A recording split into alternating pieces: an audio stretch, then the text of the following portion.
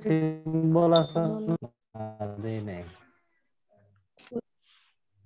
আচ্ছা, এই তোমরা কি রেকর্ডিং হচ্ছে কি দেখছো নাকি? তুই তো কোনো শব্দ করে, হ্যাঁ না বিং স্যার, রেকর্ডিং। চিহ্ন তো আসে নাই কোনো।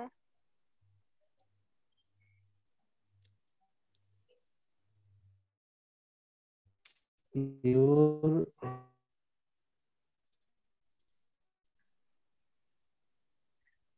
জি স্যার। ছবি কি দেখা যাচ্ছে? ঝাপসা হ্যাঁ স্যার। ঝাপসা। জি স্যার। হ্যাঁ আচ্ছা, দেখো আমি দেখে স্যার দেখে বোঝা বলছি, যায় না। দেখো। হ্যাঁ স্যার। আচ্ছা, আমি বলতেছি। দেখো, এমআরআই ইংরেজি ম্যাগনেটিক রেজোনেন্স।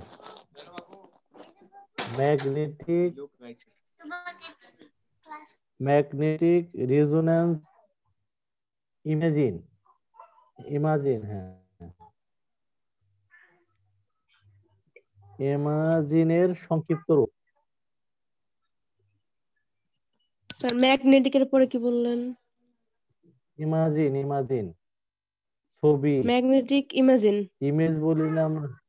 হ্যাঁ, IMAGIN।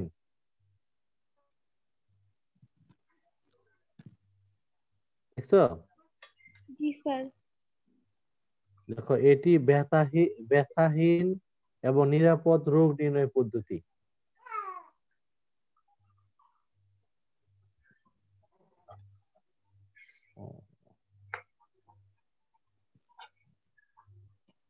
ওকে, এই যে জি লাইনটা, হ্যাঁ। আচ্ছা, এরপরে লেখো, এটুকু জানতে হবে। তাহলে কি লিখলাম নাফিজা? এমআরআই ইংরেজি ম্যাগনেটিক রেজোনেন্স ইমাজিনিং এর সংক্ষিপ্ত রূপ। এটি ব্যথাহীন এবং নিরাপদ রোগ নির্ণয় পদ্ধতি। আচ্ছা, এরপরে লেখো এমআরআই এর কার্যপ্রণালী। কথা শুনতে না পাওয়া গেলে বলো আমাকে। এমআরআই এর কার্যপ্রণালী লিখেছো? জি স্যার। আচ্ছা, দাঁড়াও, এমআরআই বের করে, হ্যাঁ। ও, তোমাদের বইতে আবার লিখছে ইমাজিং না লিখে ইমেজিং লিখছে। এই জি যে এখানে স্যার। INGNE লিখলাম না আমরা, ওরা হ্যাঁ। NE না লিখে ING লিখছে, ইমেজিং। তোমরা ওইটাই লিখে রাখো, মেন বইটাই লেখো, লাস্টে ই না দিয়ে জি দাও, ইমেজিং। দেখো কি সংশোধন করলাম, বুঝছো সবাই? আয়েশা, হ্যাঁ। সরণি, বর্ষা। আচ্ছা, এই স্যার, আমার মনে চার্জ। আচ্ছা, জি স্যার। এরপরে দেখো যে এশিয়ার এই এমআরআই এর কার্যপ্রণালী দেখো, এই যন্ত্রে এক্স রে বা অন্য কোন ধরনের এই যন্ত্রে এক্স রে বা অন্য কোন ধরনের বিকিরণ ব্যবহার করা হয় না। এক্স রে বা অন্য কোন ধরনের বিকিরণ ব্যবহার করা হয় না। লিখেছ?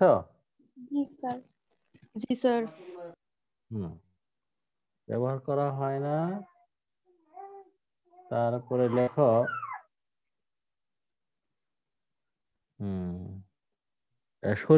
শরীরের যে অংশের এমআরআই স্ক্যান করা হয়, শরীরের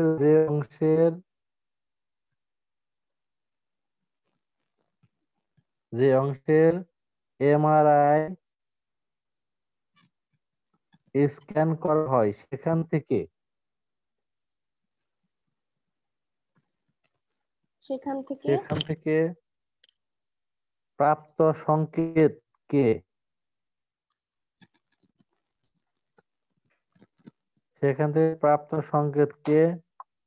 হ্যাঁ। একটি কম্পিউটারের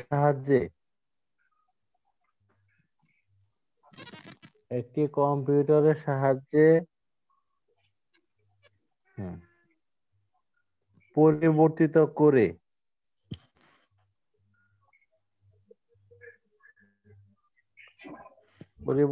করে সেই অংশের অত্যন্ত স্পষ্ট প্রতিবিম্ব গঠন করা হয়। অত্যন্ত অত্যন্ত স্পষ্ট ও প্রতিবিম্ব গঠন করা হয়। দেখছো? জি স্যার। জি স্যার। এই পড়ো কি লিখো? কাজ প্রণালী। এই তুমি ডিস্টার্ব করো নাই বয়েস। বলো বলো কি লিখছো? পরে পড়ো এই কি জানি আইসা পড়ো আইসা আর রোজা। এই যন্ত্রে এক্স-রে বা অন্য কোনো ধরনের বিকিরণ ব্যবহার করা হয় না। শরীরের যে অংশের এমআরআই স্ক্যান করা হয় সেখান থেকে প্রাপ্ত সংকেতকে একটি কম্পিউটারের সাহায্যে পরিবর্তিত করে অত্যন্ত স্পষ্ট একটি প্রতিবিম্ব গঠন করা হয়। ঠিক আছে। এরপরে লেখো প্রত্যেকটি প্রতিবিম্ব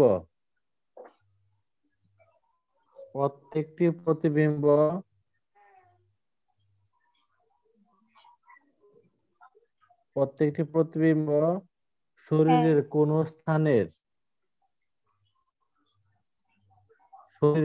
স্থানের একটি ফালি বা স্লাইসের মতো কাজ করে, মানে জীবন্ত কাজ করে আর কি। একটি ফালি বা স্লাইসের মতো কাজ করে।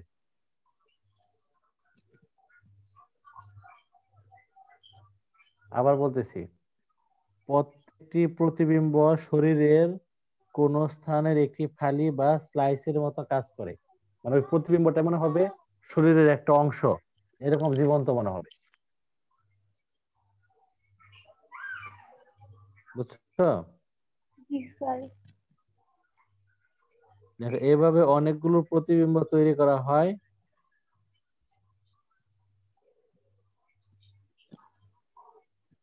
হ্যাঁ, যেগুলো শরীরের ওই অংশের সকল বৈশিষ্ট্যকে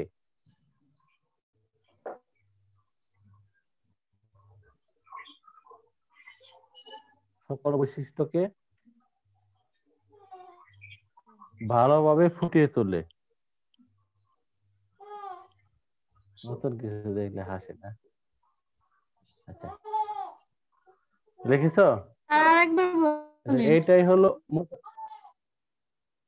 তুমি কোন বোতলে পুরাটা পড়ো একটু। আফরোজা, স্যার প্রথম থেকে পড়বো। হ্যাঁ কার্যপ্রণালীটা। কার্যপ্রণালী। এই যন্ত্রে এক্স-রে বা অন্য কোনো ধরনের বিকিরণ ব্যবহার করা হয় না। শরীরের যে অংশের এমআরআই স্ক্যান করা হয় সেখান থেকে প্রাপ্ত সংকেতকে একটি কম্পিউটারের সাহায্যে পরিবর্তিত করে সেই অংশের অত্যন্ত স্পষ্ট প্রতিবিম্ব গঠন করা হয়। প্রত্যেকটি প্রতিবিম্ব শরীরের কোনো স্থানে ফালি বা স্লাইসের মতো কাজ করে। এভাবে অনেকগুলো প্রতিবিম্ব তৈরি করা হয় যেগুলো স্যার তারপর লিখতে পারি নাই। যেগুলো উম, যেগুলো শরীরের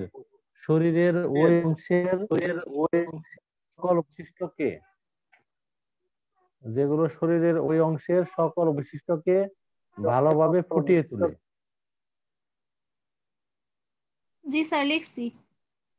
ওকে, এইটা হলো তোমার কার্যপ্রণালী আর এমআরআই সংক্ষিপ্ত হ্যাঁ।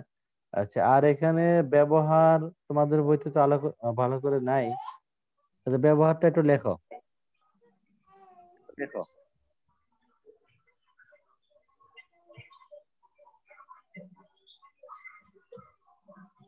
লেখো, পায়ের গোড়ালি মচকানো, পিঠের ব্যথায় হ্যাঁ, পায়ের গোড়ালি মচকানো এবং পিঠের ব্যথায়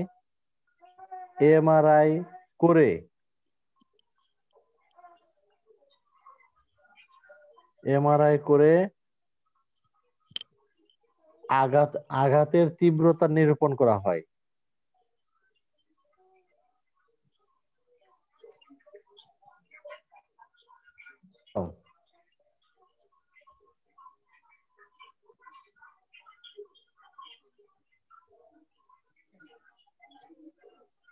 লিখছো? জি স্যার। এরপরে 2 নম্বরে লেখো ব্রেন এবং মেরুর মেরুর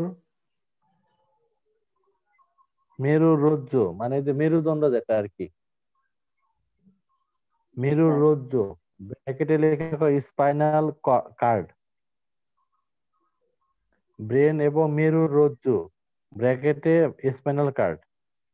ব্রেন এবং মেরুর রজ্জুর বিস্তৃত প্রতিবিম্ব তৈরি করার জন্য এমআরআই করা হয়।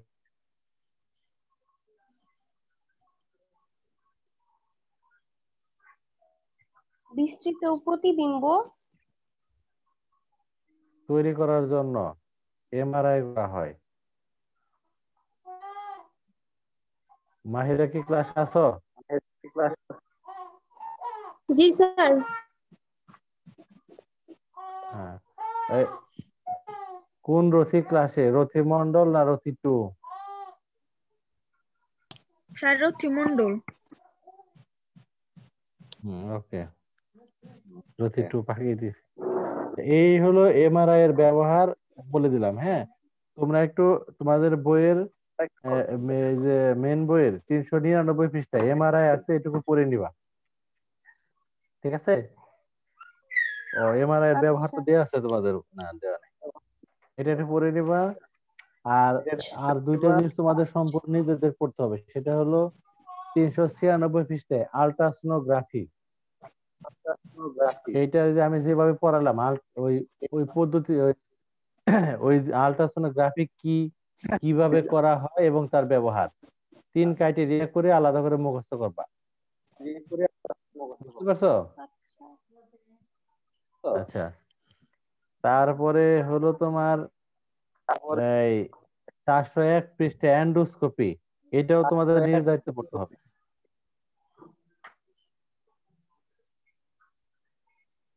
এইটারও ওই একই সিস্টেম, এন্ডোস্কোপি কি, কিভাবে করা হয় এবং এটার ব্যবহার।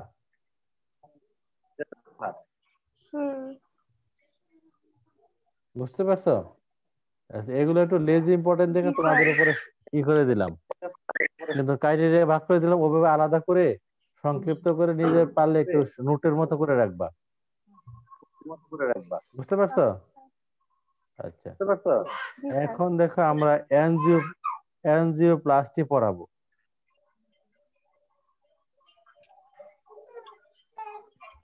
জয়নব কি ক্লাসে আছো? জয়নব, সৃজনী?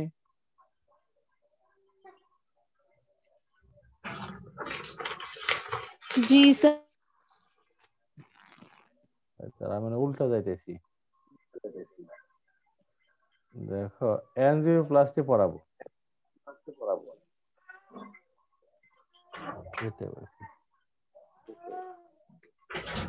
আচ্ছা, এনজিওপ্লাস্টি লিখছো? লিখে এই যে ছবিটা তুমি জি অঙ্কন স্যার। করো। এটা যত জঘন্য ছবি হোক না কেন, দেখে কষ্ট করে পড়াতে হবে। রথি, হ্যাঁ রথি, ছবিটা অঙ্কন করো। হ্যাঁ, হ্যাঁ,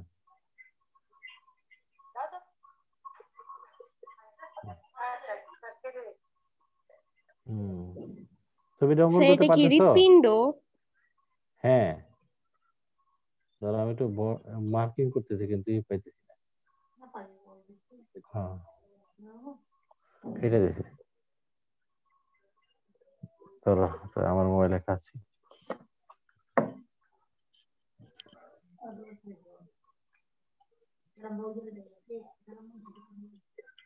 কই গেল?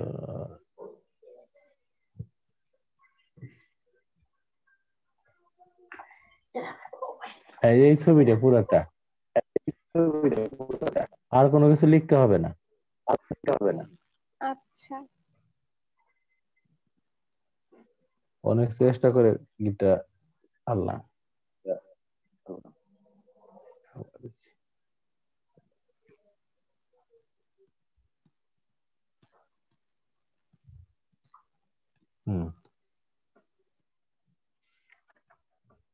এনজিওগ্রাফি বা এনজিওপ্লাস্টি যেটা বলে।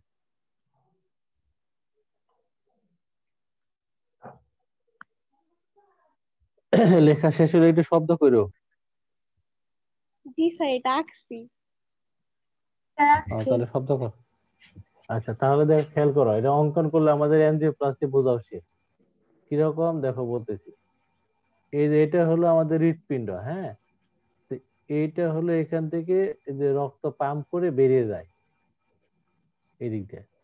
এখন দেখো এই রক্ত বের হয়ে গিয়ে শরীরে নানা প্রান্তে ছড়িয়ে পড়ে।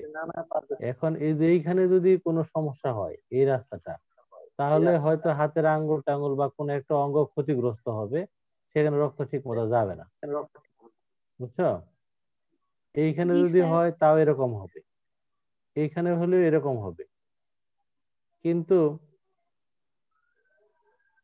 এইখানে যদি কোনো সমস্যা হয়, মেন রাস্তাটা যদি বন্ধ হয়ে যায়, তাহলে হৃৎপিণ্ডের সাথে কানেকশন একেবারে খেয়ে যাবে, বিচ্ছিন্ন হয়ে যাবে। বিচ্ছিন্ন হয়ে যাবে। এই পথটা যদি কোনো কারণে ক্ষতিগ্রস্ত হয়, তাহলে আমাদের মারাত্মক সমস্যা হবে, একদম মানে জীবন নিয়ে টানাটানি। হ্যাঁ, তখন এখানে কি করা হবে? এখানে তখন কতগুলো কাজ করা হবে, খেয়াল করো। প্রথম কাজ হলো কোন জায়গায় সমস্যাটা আছে সেটা বোঝার পরে, মনে করে যে জায়গায় সমস্যা চোখ জমে গেছে, কারণ বাসায় ভাত রীতিমতো খেয়ে আবার বিজয় মেলা মাঠে গিয়ে ফুচকা দেখে আর জ্ঞান ছিল না, ফুচকা খাইছে নিয়মিত, খাওয়ার ফলে যেখানে চর্বি জমে এখানে মনে ব্লক হয়ে গেছে। এই ব্লক হয়ে গেলে এই জিনিসটাকে প্রসারিত করে দেওয়ার জন্য, এখানে যাতে চর্বি টর্বি না থাকে, এই প্রসারিত করে দেওয়ার জন্য যে সিস্টেম, সেটার নামই হলো তোমার এনজিওগ্রাফি বা এনজিওপ্লাস্টি। তাকে বুঝতে পারছো? জি স্যার। এখন এই জ্ঞানদানটা এইখানে হতে পারে, এটা হলো ধমনী, আর এর শরীরের কোনো প্রান্ত এইদিকেও হতে পারে, এইদিকেও হতে পারে। যেখানেই যেখানে এরকম রক্ত চলাচলে বাধা হোক না কেন, সেই জায়গার রাস্তাটা যাতে প্রশস্ত হয়, এখানকার বাধা যাতে না থাকে, সেই বন্ধ শিরাকে পাম্প করে আমরা খোলাবো, সেইটা নাম হলো এনজিওপ্লাস্টি। এই জন্যই বলছে ধমনী অথবা শিরা, এই জায়গাটা হলো ধমনী, আর এই যে এই জায়গার নাম গুলো হলো শিরা, শরীরের প্রান্তের যে অংশটা। এই জায়গার কোনো একটা কোনো জায়গায় রক্ত সঞ্চালনে যে বাধাগ্রস্ত হয়, সেই বন্ধ শিরাটা বা ধমনীটাকে প্রসারিত করার নামই হলো তোমার এনজিওপ্লাস্টি বা এনজিওগ্রাফি। এনজিও। মনে থাকবে? আচ্ছা, তাহলে আমরা লিখে রাখো, খাতায় লেখো। হ্যাঁ, দেখো ধমনী বা শিরার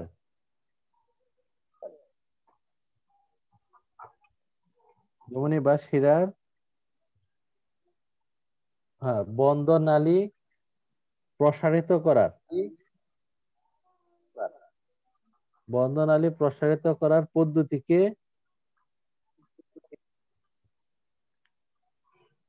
এনজিওগ্রাফি বলে।